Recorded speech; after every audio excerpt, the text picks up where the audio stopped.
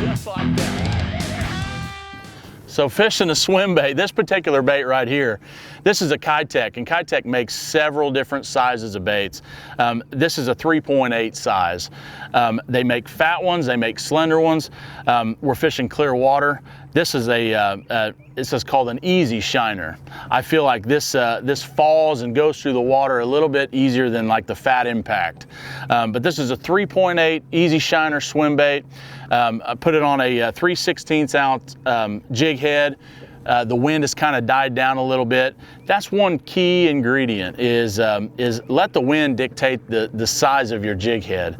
I'll usually, like if we've got moderate wind, a lot of times in the morning the wind really hadn't started kicking up and your fish are I say 15 foot or less, I'll throw it on 1/8 of an ounce.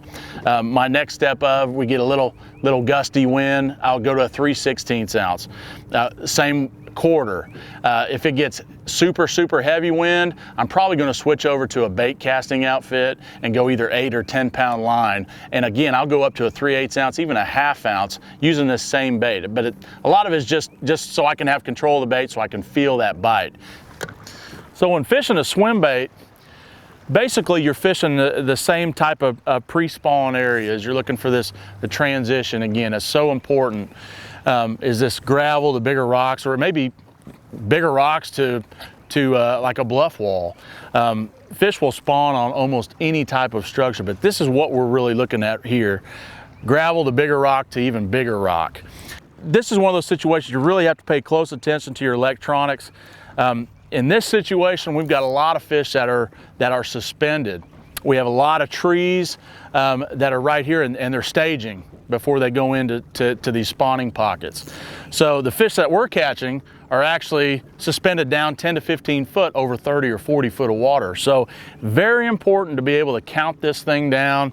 And so you want to make a long cast.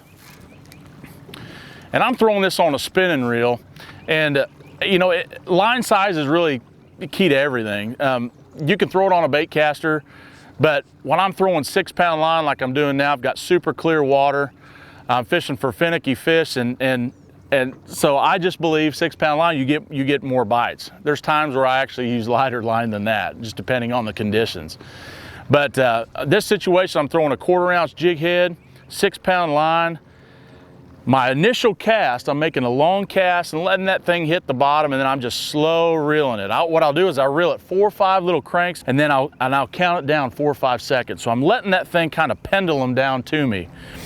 And I've got these fish that are marked in these trees, and it's about halfway the distance from the bank to the boat. So again, a long cast, slow really is the key. You got to really work a swim bait slow. You never really want to burn it in. So just trying to kind of tick the rocks down there. Whenever you start feeling like you're kind of getting hangy or you're feeling bottom bumping, kind of speed it up a little bit or even raise your rod tip up, and that'll kind of raise your bait up off the bottom. And this is like a 45-degree angle bank. So as it's coming out, I'm reeling very slow and letting it fall more than anything.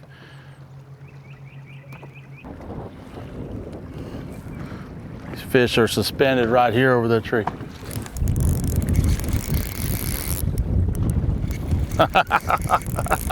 Just like that, guys.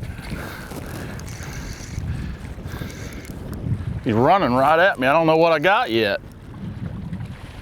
It's a little bit better fish. Oh, it's a nice largemouth.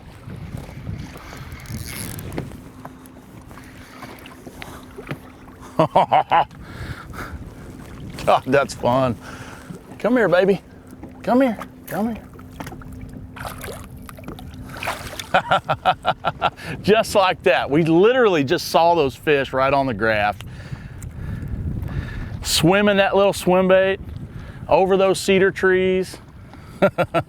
You use this little swim bait in the spring, you use these tips I help you with, you're going to catch more fish just like this. Awesome. This isn't social media, this is the real world here, okay? This is where you really got to catch a fish.